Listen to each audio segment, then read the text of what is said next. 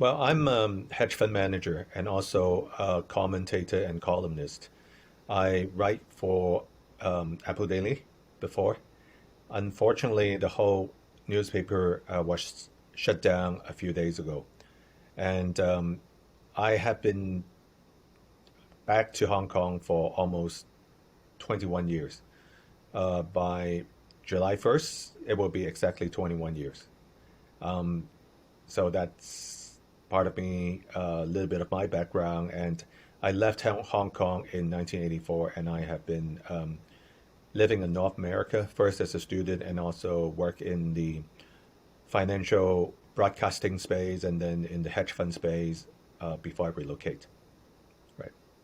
It has basically rewriting Hong Kong history because when the chief executive mentioned 1 year ago that the NSL would only affect a very small group of people, and in less than a year, you see the whole pan-democratic camp.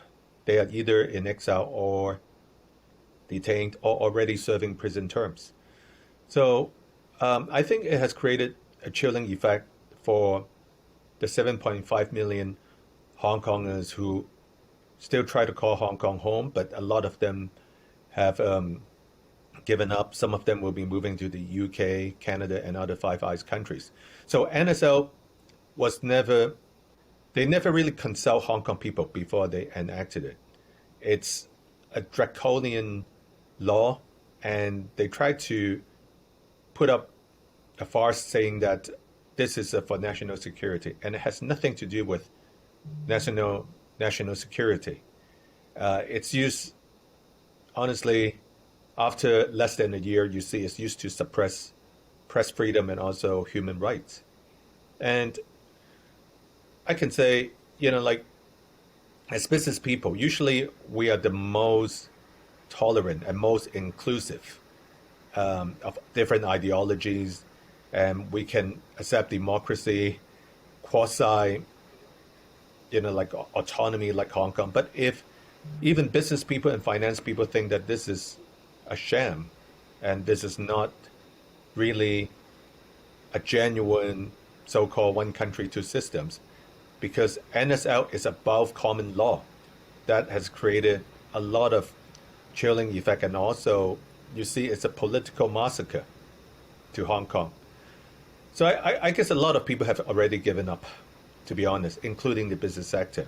Some, they might think that, hey, we still see some big bulge bracket names in Hong Kong, but the key personnel are in Singapore, in Tokyo, because they don't want to risk their senior executives and employees being detained or, in the name of national security, being suppressed or persecuted unfairly. So this is my judgment 1 year from what's enacted.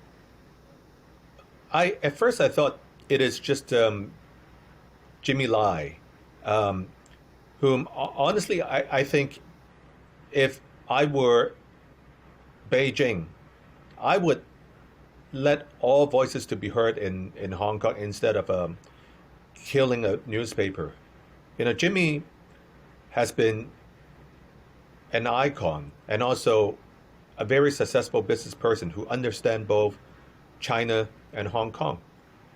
What's a better way, like if Beijing is serious about the two systems, let him contest for even like the 2022 chief executive race for Hong Kong, because he will never win anyway.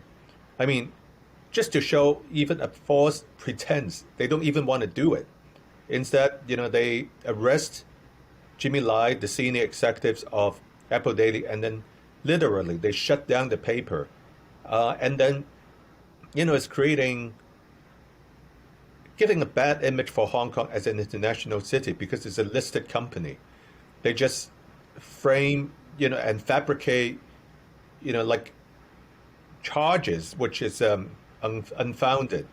And these are so-called alleged activities, unlawful activities. They just have to make up, one after the other, just to suppress free thinking business people. And I don't see how low this could get. And then some of you who are watching this news, they might not know the day-to-day situation in Hong Kong, but it is bad. It is bad. And they try to put up, just a false pretense that everything is okay, but everything is just not okay. I guess most countries, especially the Five Eyes, they issue a warning saying if you come to Hong Kong, there could be a very high chance that you could be detained. For instance, there's no guarantee that your personal safety will be intact. When the plane lands Hong Kong, if the authoritarian regime thinks that you are saying something bad about them, instead of going through immigration, they could send like an NTD police to arrest you and grab you and let you board on a plane to Beijing or some parts of China. Now, that could be the worst case scenario. In a better case scenario, once you land Hong Kong, if the totalitarian regime thinks that you are saying or doing something bad, they just don't let you enter, so you have to board another plane and go back to your country of origin. Now, Hong Kong used to be free. Think about it. Before the NSL, even after the handover, people like us who believe in press freedom, but more important, believe that human rights is universal. And we think that if the CCP honors the one country, two system model that is masterminded by Deng Xiaoping, who is actually the mastermind behind the two systems model, then things will be okay. Now, when I say things will be okay, that is the 1.0 model, the genuine one country, two systems model. Hong Kong people administering Hong Kong. But now, clearly, you can see that they are implementing the so-called 2.0 model, which is totally different. Think about it. People need to pay 10,000 US to get a Rolex, like a very basic model. You are now paying $5 US to get two fake Rolexes. And the seller to you says it is still okay, it's still a Rolex, but it is not, right? So I think right now Hong Kong, it's slowly dismantling. When I say slowly, it's not that slow because people are arrested, and as we last checked, there were two editorial heads from Apple Daily also got arrested. One got released, and the English section of the Apple Daily section head got arrested at the airport less than 48 hours ago, and is still being questioned by, I think it's the National Security Department police, and there was an alleged saying that he was in breach of the NSL as well. So Hong Kong is never the same anymore. I think deep down inside, it's like when the Chinese Communist Party tell His Holiness the Dalai Lama back in 1959. Before that, they signed the so-called 17-point treaty in 1951. That's after the annexation of Tibet. They say things will be okay after we come in. And in less than a few years, they tried to arrest the Dalai Lama and also the Tibetan people. So people flee in exile. Now, Jane, you mentioned a lot of people come to the UK because of the different schemes that UK has to offer. But now Hong Kong, it's pretty much equals to China. So just less than 24 hours ago, I think we heard the news that planes from the UK cannot land Hong Kong after July 1st in the name of COVID-19. But is it really COVID? Nobody knows, right? I think it's just blocking people from leaving Hong Kong too. Because if no planes come to Hong Kong, how can Hong Kong people go to the UK? So they're pretty good in playing the politics. But then again, the punishment, it's childish, but at the same time, if the totalitarian regime honors what Deng Xiaoping has to promise, then, like most people would agree that Hong Kong could still survive. But now, as I mentioned earlier, Hong Kong, it's in exodus mode. Even people who are more pro-Beijing, they think that it is not the same, and then they are sending their kids, their wives, whatever, overseas, and also the assets, tangible and intangible assets. Intangible assets will be like cash, securities, and then has to be offshore. Tangible assets like buildings, apartments, they have to cash out and then make it liquid. So this is what I see now in Hong Kong. It is important the UK or any countries when they see this, to focus on the fact that whether this joint declaration still exists or not. Now, I'm still trying to have my last breath to defend Hong Kong, meaning that when I say we still try to recruit people to Hong Kong, does it mean that I have, like tremendous faith in the government? The answer is, it depends. And if I can grade the performance of the Hong Kong government now, 100 being full marks, now it's like 10 out of 100. Now, we are in a rescue mission. First of all, they are, you don't need to see a lot of blood like the Tiananmen 1989 massacre, but we are having a political massacre in Hong Kong. So what the foreign governments do, unfortunately, with the NSL, we cannot really comment on that. And even like talking on your program, I have to be very careful of what I say. Otherwise, like it's very easy, I will be held at gunpoint, literally. They break into the editor-in-chief of Apple Daily, like at 6:30 a.m. in the morning, right? Literally breaking in and then just confiscating the laptops, right? And it's not a movie, and it's surreal of what's going on. So what can the foreign governments do?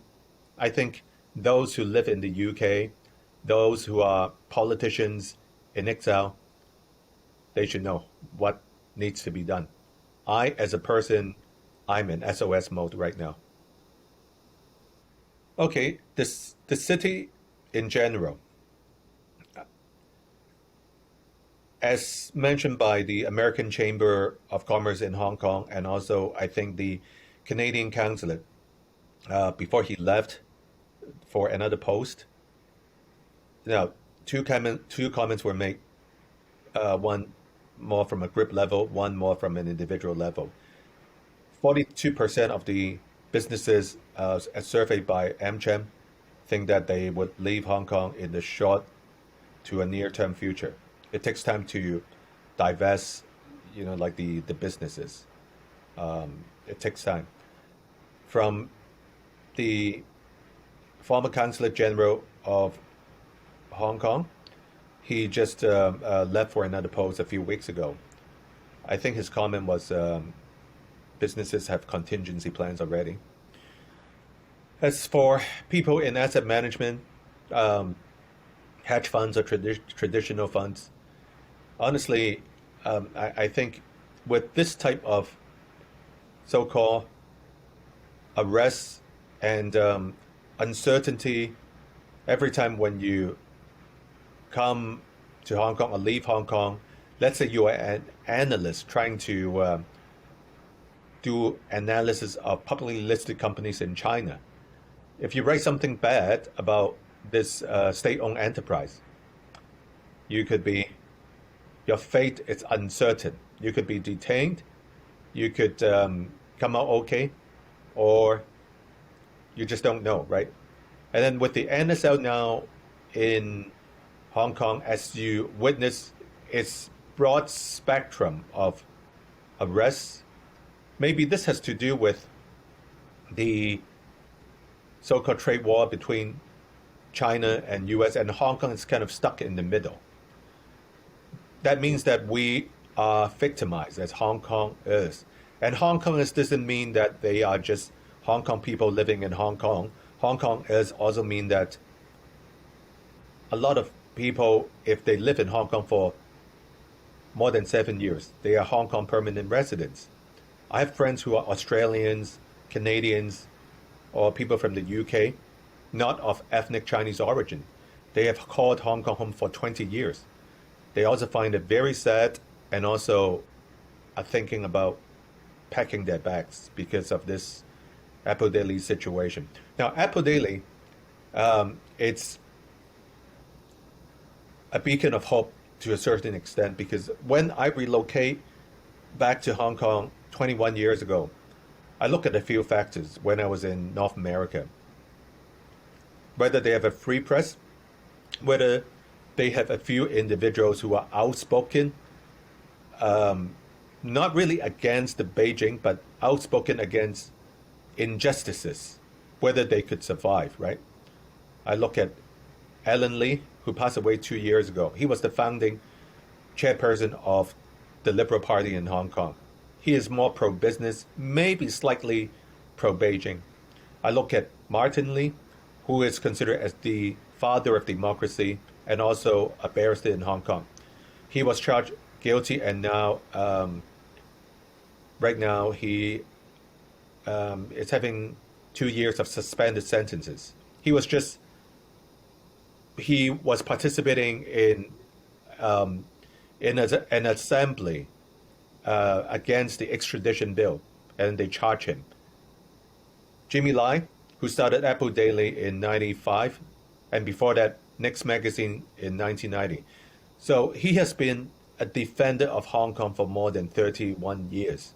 And now the current regime doesn't want people who want to defend the old Hong Kong system.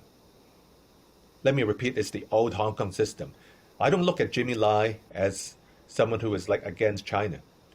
Look, I'm a business person. I know I need to read newspaper that is pro-Beijing, totally neutral, meaning apolitical, or something that is really speaking the truth, like Apple Daily.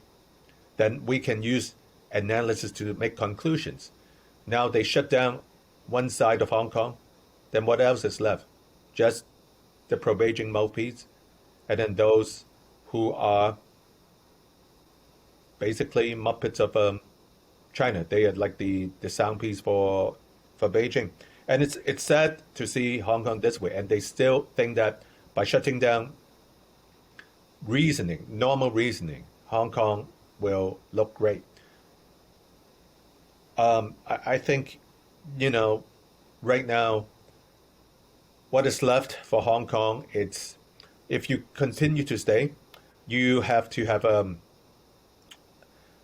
make sure that anytime you could be arrested. So your hard-earned savings could be confiscated in Hong Kong because there is no more guarantee. With the NSL, they could abuse the system. I mean, 1 year of NSL, we already see that those who so-called who are executors of this national security law, they're abusing it.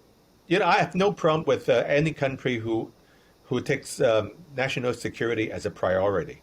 But when you abuse it like the way they do now, more than 100 people were arrested since it was enacted. And I think if they are serious about trying to rectify Hong Kong, they should let all sides to review the NSL in effect, like the 1 year anniversary.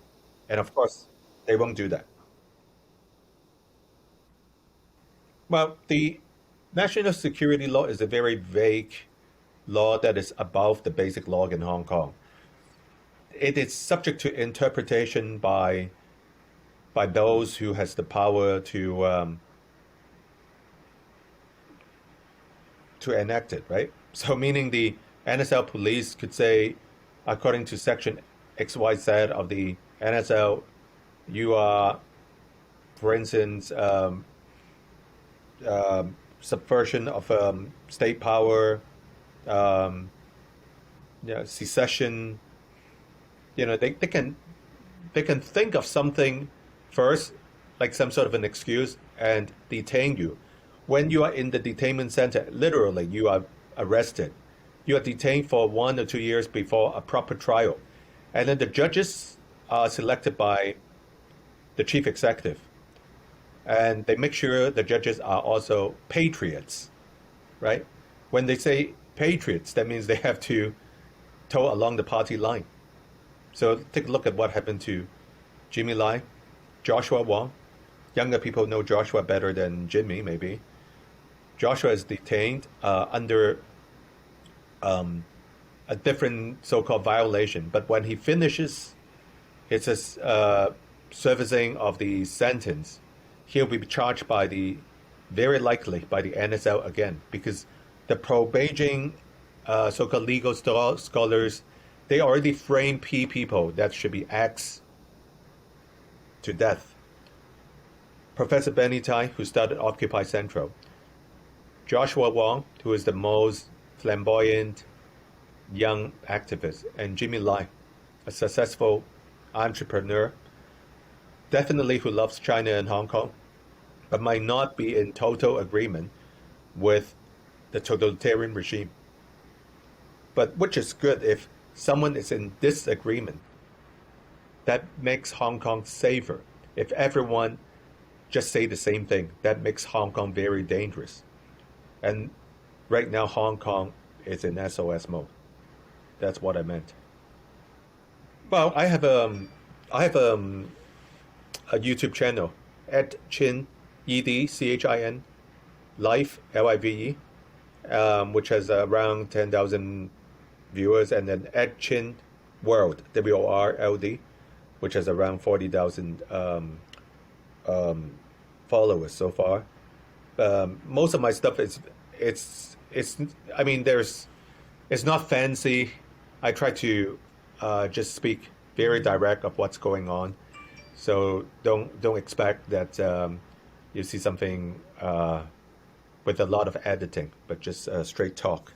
But if you like that type of thing, please follow, because I don't know how long I can do it.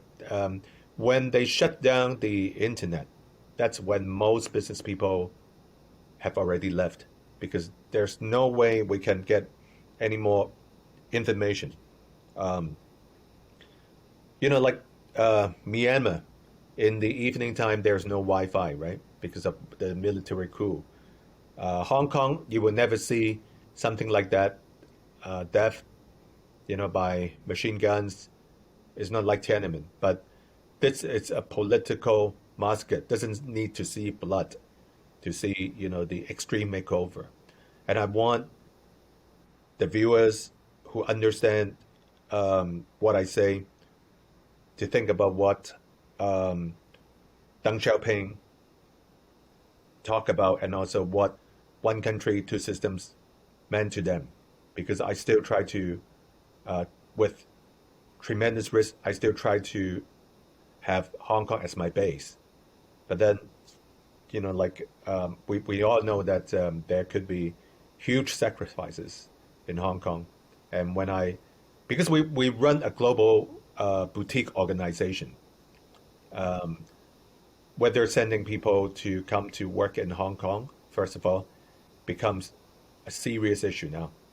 And second thing, it's when the regime doesn't honor the former leader's promises, which is Deng Xiaoping, that makes people think twice. And God bless everyone, not just Hong Kong, but those who believe in upholding freedom. And that's very important.